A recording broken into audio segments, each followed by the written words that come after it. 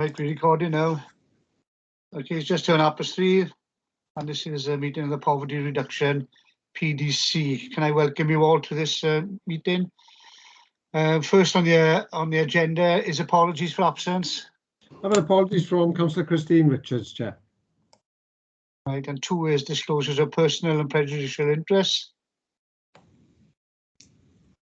And then straight on to 3 is to approve and sign the minutes of the previous meeting as a correct record, pages 1 and 2. And as normal, I'll just go through the pages. Page 1 and page 2. Right, somebody move? Thank you, Linda. All agreed? Okay. And straight on to item 4. Well, before we go to item 4, can I just say that Joanne has given her apologies. She's had to go into hospital to visit her mother-in-law who's seriously ill. So they've been called into the hospital. So yeah, she had to go. So we wish them all the best. And on to 4 then, which she was going to do, but Anthony's going to do it now. So it's over to you, Anthony, on just a verbal update of the food growing policy. Good afternoon, everyone. Thank you. Yes, I'll give a verbal update on the development of the community food growing policy. So it's been agreed now that the Tackling Poverty Service will take that policy development forward. That's a development since it was last discussed at PDC.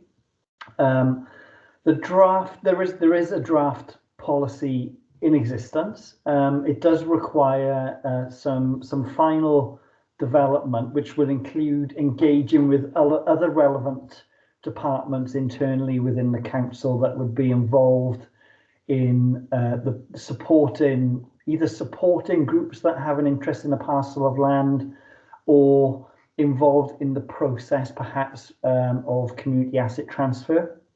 So that engagement needs to take place, and also with the third sector as well, who would have a key role in also developing community groups. It might be that a group has come together and established, but with an interest in a parcel of land, but perhaps they haven't constituted themselves, in which case, there are third sector organisations in Swansea that can support them directly with that. So there's a little bit of final development on the existing draft to take place next, which can be led by myself and my team at an officer level. And what the process, so that's kind of a status update. In terms of next steps, in terms of development of the policy from that point, I'll work with I will work with the Access to Services team so that we can put that draft policy out to public consultation. So that would have to go out for a minimum period of 4 weeks, so that the public can comment and we can gather, and that would give us an opportunity also to promote the fact that consultation is live. We can target various groups that we're aware of, that we know would have an interest in perhaps commenting on development of that policy.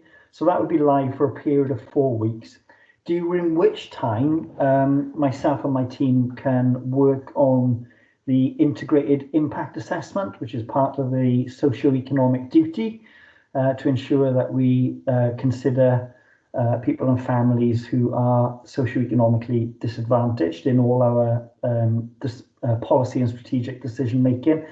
So we could start that process at the same time as the policy is out to consultation, but we wouldn't be able to complete the IIA, or I wouldn't recommend completing the IIA process until the consultation is closed and we've had a chance to kind of gather that feedback and work it into the integrated impact assessment process.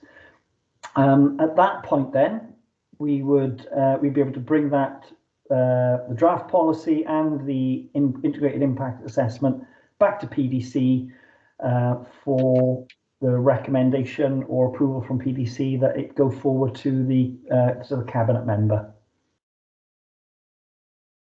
Yeah, thank you, Anthony. Ryland? I was just wondering if you've got any idea when the actual consultation process will take place, or sort of dates. Thank you, Councillor Doyle. Yeah, good question. I hadn't mentioned any potential timescales in that. Where are we now? We're coming towards the end of November. I would be. I wouldn't like to commit to a definite date, but if we can be pretty efficient with the engagement and we get the information about, so we refine the draft so it's ready for public consultation, I'd be hopeful that we could get that out before Christmas. If we do run the consultation over Christmas, it would be my recommendation that we actually extend it for a period that's longer than 4 weeks, because Christmas will disrupt, communication and kind of promoting the fact that that consultation is live with key stakeholders. If we don't get it out for before Christmas, then it would absolutely we would be aiming to get it out first thing in the new year. Okay, Ryland.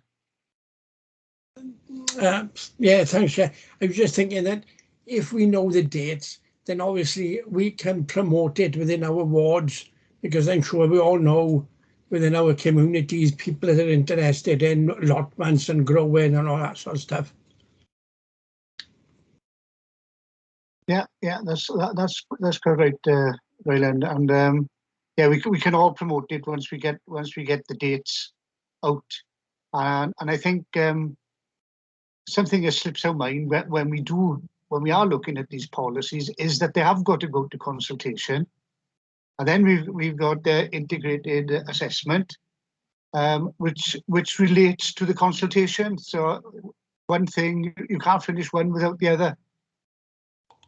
Right, if no more questions, Anthony, do you want to come back in on this?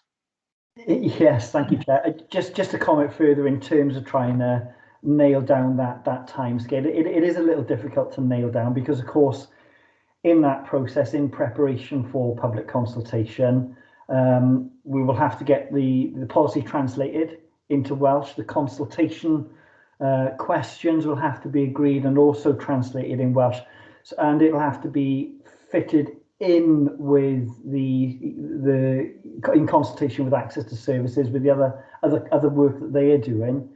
So there are a few anomalies that will impact in terms of right now being able to say that's when it will go ahead. But once we have, as I say, once we have engaged with the other services and the third sector on our current draft, just to tie down a few final details, then we can start that process, engaging with access to services, getting documents translated, prepare the questions, and aim to get out as quick as we're able to then. Yeah, we need to get this out pretty quick. Linda? Thanks, Chad. Anthony, do you know how many groups are in Swansea at the moment? I can't give a definitive answer on that, Councillor Jones. There are a number of community groups that we work with that have an interest either in food or community growing in various guises. Got a number of networks that we can tap into to kind of promote that consultation. There's the Swansea Community Food Growing Network, which is facilitated by the Environment Centre. We've got our own Swansea Food Poverty Network, which is more about food banks, but there are some groups involved in that that are specifically interested in food growing. And as Councillor Doyle suggested, I think it would be a great idea that we promote the consultation through local ward members so that they can in turn promote it to groups that they're aware of in their communities. Yeah, that's excellent. Les? Yeah, thanks, Chair. Just sort of following on from that, I'm guessing that there are probably quite a lot of small community groups, such as the one that I'm involved in, the Friends of Mayhill Washing Pond and community food garden. And I'm sure that there's got to be a lot of those across Swansea. I mean, ours is quite a small group, but we've been growing mainly veg, but some fruit for the last 3 or 4 years now. But as I say, I'm sure there's other groups like us. Yeah, well then. Lyndon, is that a new hand? Yeah. One? Apologies. No, it's not. Okay. Right. If there are no more questions, Anthony must come back again. Yes, sorry, just to say as well, in terms of trying to ensure that we make every effort to raise awareness of it and reach groups, we'll also engage with the council's communications team so that we can tap into press releases and social media, the council's social media, to promote the fact that if you are involved in a group or you have an interest in this, then you can follow through the link or be directed to how you can take part in that consultation. So we will take steps to, various steps to ensure that we are, thoroughly promoting the consultation. Yeah, thanks for that. The more people we target, the better it is for responses, because we know once we go to consultation, responses are very, very low. Okay, thanks for that. And it's still with you, Anthony, and go straight on to the corporate debt policy. Thank you, Chair. Yeah, I'll do a similar update in as much as I'll first of all give a status update, and then we'll talk about next steps, which is very much in line with what we've just discussed in terms of the community growing policy.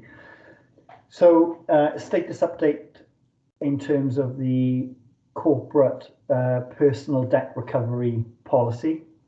So we held a workshop last month, the 25th of October, where we invited housing rents and the council tax, who'd already had sight of our early draft corporate personal debt recovery policy, and we invited them to come and take part in a workshop and present on how the principles of the draft policy that we've developed to date matches and aligns with the way that they work, if there is that match, or if there are any challenges or barriers or disparity between that and what they're currently doing. The general principles were received positively by both services, and both of them very much working in line with the principles of that policy as we speak. So both housing rent and council tax have been tasked with drafting their service specific content, which will be added to the policy. So if you recall, when we discussed what the policy would look like previously, it would set out, it's a policy for the whole council. It would set out the general principles of how we would support people who owe the authority money, and what the principles of that policy set out for all services. Then following that, within the policy document, each key service that is involved in the collection of debt from our residents would have a section that describes how those principles are applied within each of their services. So the staff who took part in the workshop and have been tasked with drafting the content, of course, they'll have to go through a process within their department of having their heads of service or their department managers sign off on that content. So that's where that is at the minute. The immediate next step is that we will replicate that process with other services within the authority that are involved with the collection of debt by circulating the draft policy, and our tackling property service team, myself and the team, will engage with those services and task them again with writing content for the policy that will describe briefly and succinctly how those principles would be applied to their services, whether that is parking fines, berthing fees at the marina, whatever that might look like. I can see Councillor Walton's got her hand up. I don't know if you want to come in with a question now. Yes. Yeah, it was. If you're going to speak to other departments, is that going to delay this policy coming to fruition? Because it has been on the cards for quite some time now, and I just is it not worth perhaps getting this policy through, because it is. I mean, the rents and council tax are probably the two biggest things. I don't know. I'm just sort of throwing that out for. If I can come in before Anthony does, well, we had the workshop with the two big ones, because the policy wouldn't be a policy unless how we work out debt within the council.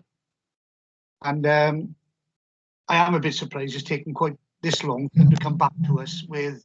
We only went like the presentation we had from council rent recovery was a long report, but we're only looking for like 1 page of an A4. This is how we recover debt, and the same with the council tax, because each one, then we won't be having a workshop on each one. Anthony will be right into the department saying, what do you do? And we add what they do. And before it goes out to consultation, we will look at it. And if there is something that we think would be best practice, I know to take a bit longer then, because we'd have to go back to them and say, well, this is what we think. This is what we think. This is how you should be operating. So until we get those replies, but I am surprised that council rent recovery and council tax haven't got back to us. It's been a good few weeks. We'll have to get onto them sooner than later. Okay, Les. Okay, there's. Shall I come back in? Yeah, go on, Anthony. Yeah, appreciate that very much. You know, trying to move this forward at pace now. So the other services, like the chair said, we don't intend to hold workshops per se with them. Council tax and housing rent are the two biggest collection areas. So I will write out to each of the services at the same time and set them that task with a reasonable deadline for pulling their content together for the policy, with the offer, of course, to support them if they would like to set up meetings to discuss that with me, of course.